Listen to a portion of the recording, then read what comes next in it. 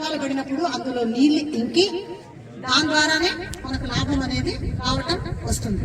అంటే ఇవన్నీ ఏంటి, అరచేతిలో స్వర్గం ఇప్పటికిప్పుడు కనిపించేవి కాదు.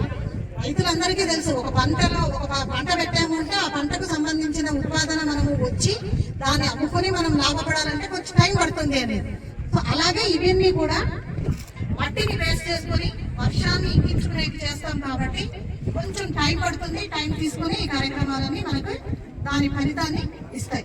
కాబట్టి మీ అందరికీ మరొకసారి విజ్ఞప్తి ఏమంటే, ఎవరైనా సరే ఇప్పుడు చెప్పిన ఫారం వాళ్ళే కాదు, మీ పొలం చుట్టూ పండు తవ్వించుకోవచ్చు.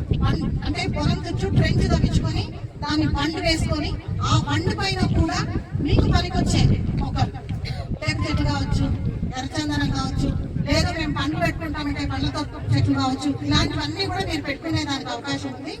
దయచేసి నా పొలంలో 2-3 సెంట్లు పోతుందనే ఆలోచన మానుకొని ఈ 2 లేదా 3 సెంట్లు పోవడం వలన తద్వారా నేను నా పొలానికి వర్షం పడినప్పుడు ఇంకించుకునే కెపాసిటీని పెంచుకుంటున్నాను అని ఆలోచిస్తే తప్పకుండా ఈ కార్యక్రమాలని మీరు చేపట్టి విజయవంతంగా చేయగలరని మరొకసారి, అలాంటివి ఏవైనా ఉన్నట్టయితే మన మండల పరిషత్ ఎంపీడీఓ ఆఫీస్ లో మనకు ఎన్సీసీ ఉపాధి హామీకి అక్కడికి మీకు సంబంధించిన ప్రతి గ్రామానికి టీఏలు ఉన్నారు, మీ ఎఫ్ఐలు ఉన్నారు, ఎఫ్ఐల ద్వారా టీఏల ద్వారా అక్కడికి మీకు సంబంధించిన డాక్యుమెంట్స్ అన్ని పంపిస్తే వాళ్ళు అవన్నీ ఒకసారి చూసుకుని మంజూరికి పంపించి పనులు చేయించడం జరుగుతుంది.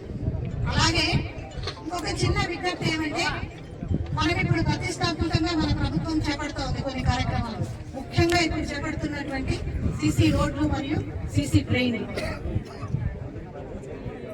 వాటితో పాటు ఏవైతే పండ్ల తోటల పెంపకానికి రైతులకు ఇస్తున్నామో ఇవన్నీ కూడా మెటీరియల్ కాంపోనెంట్ తో కూడుకున్న పనులు. ఈ మెటీరియల్ కాంపోనెంట్ రావడానికి మనకి ప్రాణాధార ఉపాధి హామీ పని. ఉపాధి హామీ పనిలో కూలి వాళ్ళు పని చేస్తే వాళ్ళకి వచ్చే ప్రతి 100 రూపాయల కూలికి దానికి దామాషాగా మనకు 40 రూపాయల మెటీరియల్ కాంపోనెంట్ రావడం జరుగుతుంది. అంటే మన గ్రామాలలో మనం ఉపాధి హామీ పనులు చేయించుకుంటూ ప్రతిష్టాత్మకంగా ఏవైతే చేపట్టినటువంటి ఈ సీసీ రోడ్లు, డ్రైన్లు వీటన్నిటి కూడా చేయించుకుంటేనే మన గ్రామం సర్వతోముఖాభివృద్ధి చెందుతుంది.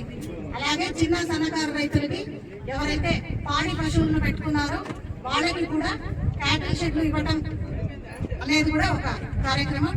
అందులో భాగంగా మేడం మన దగ్గర ఇప్పుడు ఈ మండలంలో ఈ రోజుకి 30 మందికి మంజూరు చేయించడం జరిగింది. వాళ్ళలో కూడా ఒక 6 నుంచి 8 మంది మొదలు పెట్టుకున్నారు. అంటే ఈ 15 రోజుల మన 100 రోజుల కార్యక్రమంలో భాగంగా ప్రతిదీ మనకు టార్గెట్లు అనేవి ఉన్నాయి. కాబట్టి ఎవరైతే మంజూరు చేయించుకుంటారో వాళ్ళు మొత్తంగా ముందుకొచ్చి తొందరగా చేయించుకుంటే దానికి సంబంధించి పనులు పూర్తయిన వెంటనే బిల్లులు మనం సకాలంలో బిల్లులను అప్లోడ్ చేయగలిగితే ఎప్పుడైతే మనకు మెటీరియల్స్ ప్రభుత్వం నుంచి వస్తుందో అప్పుడు మనము ముందుంటాము. ముందున్న వాళ్ళకి తొందరగా వచ్చే అవకాశం ఉంది. కాబట్టి అందరినీ